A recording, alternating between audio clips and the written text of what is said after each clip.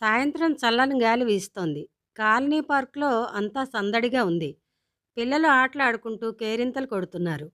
అక్కడక్కడ పెద్దవాళ్ళు కూర్చుని కబుర్లు చెప్పుకుంటున్నారు.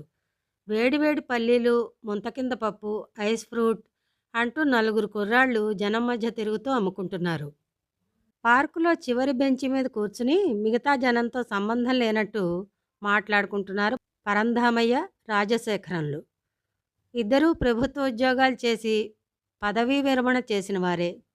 పార్కులో ఒకరికొకరు పరిచయం అయ్యారు. ప్రతిరోజు సాయంత్రం టంచనగా పార్కుకి వచ్చి పరస్పరం కష్టసుఖాలు చెప్పుకుంటూ ప్రాణ స్నేహితులుగా మారారు. పిల్లలకు పెద్ద చదువులు చెప్పించారు. వారు మంచి ఉద్యోగాలు చేస్తూ బాగానే సంపాదిస్తున్నారు. పరంధామయ్య, రాజశేఖరం పదవీ విరమణకు ముందు సంపాదించిన దానికంటే ఎక్కువగా వారి పిల్లలు ఇప్పుడే సంపాదిస్తున్నారు. కుటుంబ సభ్యులు వారి పట్ల వ్యవహరించే తీరు తీవ్ర మానసిక వేదనలకు గురవుతున్నారు.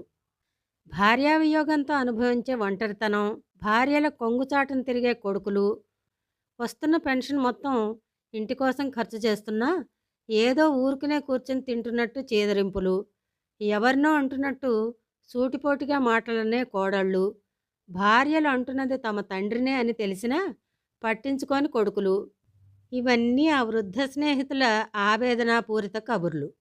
కొడుకులు, కోడళ్ళు ఉద్యోగాలకు వెళ్ళిన తర్వాత వారి పిల్లలను బడికి తీసుకువెళ్ళాలి. బజారుకెళ్ళి కూరగాయలు, కిరాణా సామాన్లు తేవాలి. సాయంత్రం తిరిగి పిల్లలను బడి నుంచి ఇంటికి తీసుకురావాలి. జీతభత్యం లేని నౌకరుగా తయారైంది నా జీవితం దిగాలుగా అన్నారు పరంధామయ్య. నిజమే, నా పరిస్థితి అలాగే ఉంది. రోజు మా వాళ్ళ బట్టలు ఇస్త్రీకి తీసుకెళ్ళి తీసుకురావాలి. ఇంట్లో ఇస్త్రీ చేసుకోవచ్చు కదా అంటే బట్టలు సరిగా ఇస్త్రీ కావని, పైగా కరెంట్ ఎక్కువ అవుతుందని అంటుంది నా కోడలు అన్నాడు రాజశేఖరం.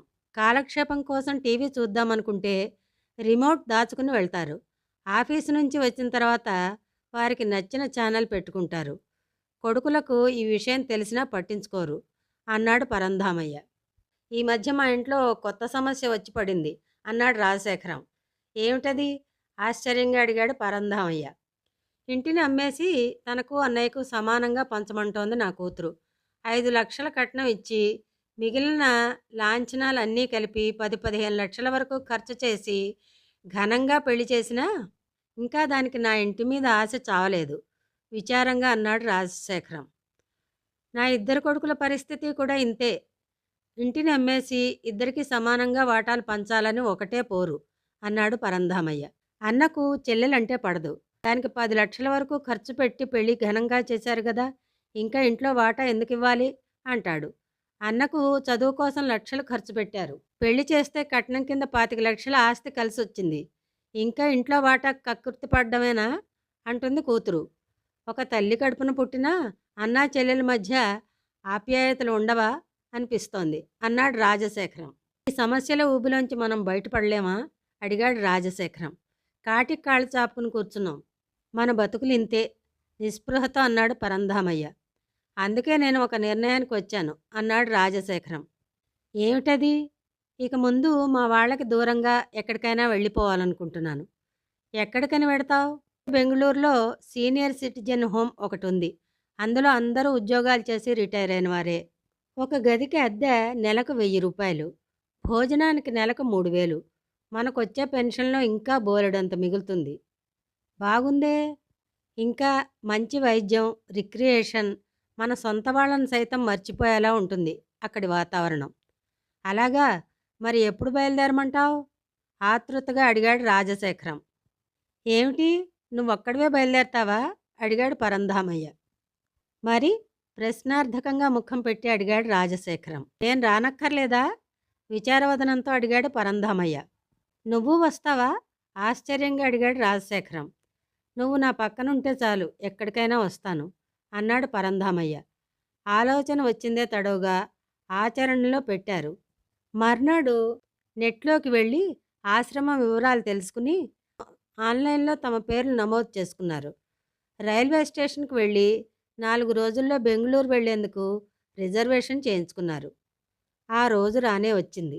మాకు ఆదరణ, ఆప్యాయత, మనశ్శాంతి కావాలి. అవి దొరికే చోటుకు వెళ్ళిపోతున్నాం.